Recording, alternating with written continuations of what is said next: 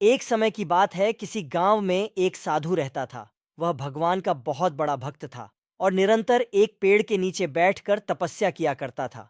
उसका भगवान पर अटूट विश्वास था और गांव वाले भी उसकी इज्जत करते थे। एक बार गांव में बहुत भीषण बाढ़ आ गई। चारों तरफ पानी ही पानी दिखाई देने लगा।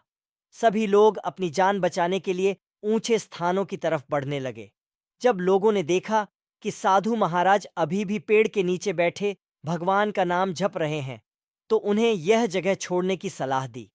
पर साधु ने कहा, तुम लोग अपनी जान बचाओ, मुझे तो मेरा भगवान बचाएगा।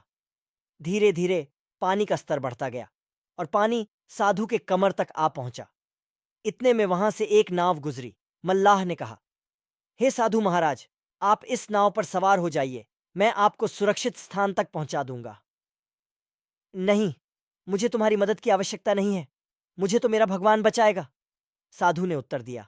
नाव वाला चुपचाप वहां से चला गया। कुछ देर बाद बाढ़ और प्रचंड हो गई।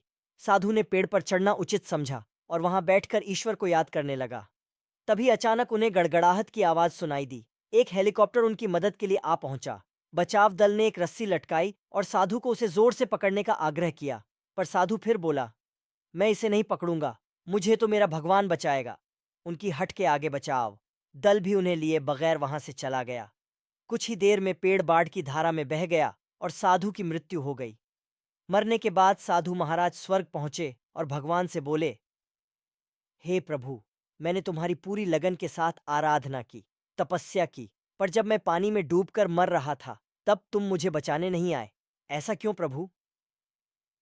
भगवान बोले, हे साधु महात्मा, मैं तुम्हारी रक्षा करने एक नहीं बल्कि 3 बार आया। पहला, ग्रामीणों के रूप में, दूसरा, नाव वाले के रूप में, और तीसरा, हेलीकॉप्टर बचाव दल के रूप में। किंतु तुम मेरे इन अवसरों को पहचान नहीं पाए। मित्रों, इस जीवन में ईश्वर हमें कई अवसर देता है। इन अवसरों की प्रकृति कुछ ऐसी होती है कि वे किसी की प्रतीक्षा नहीं करते हैं। वे एक दौड़ते हुए घोड़े के सामान होते हैं जो हमारे सामने से तेजी से गुजरते हैं। यदि हम उन्हें पहचान कर उनका लाभ उठा लेते हैं, तो वे हमें हमारी मंजिल तक पहुंचा देते हैं। अन्यथा हमें बाद में पछताना ही पड़ता है। ऐसी ही इंटरेस्टिंग एंड मोटिवेशनल स्टोरी सुनने के लिए आरपी मोटिवेशन लाइन को सब्सक्राइब करें।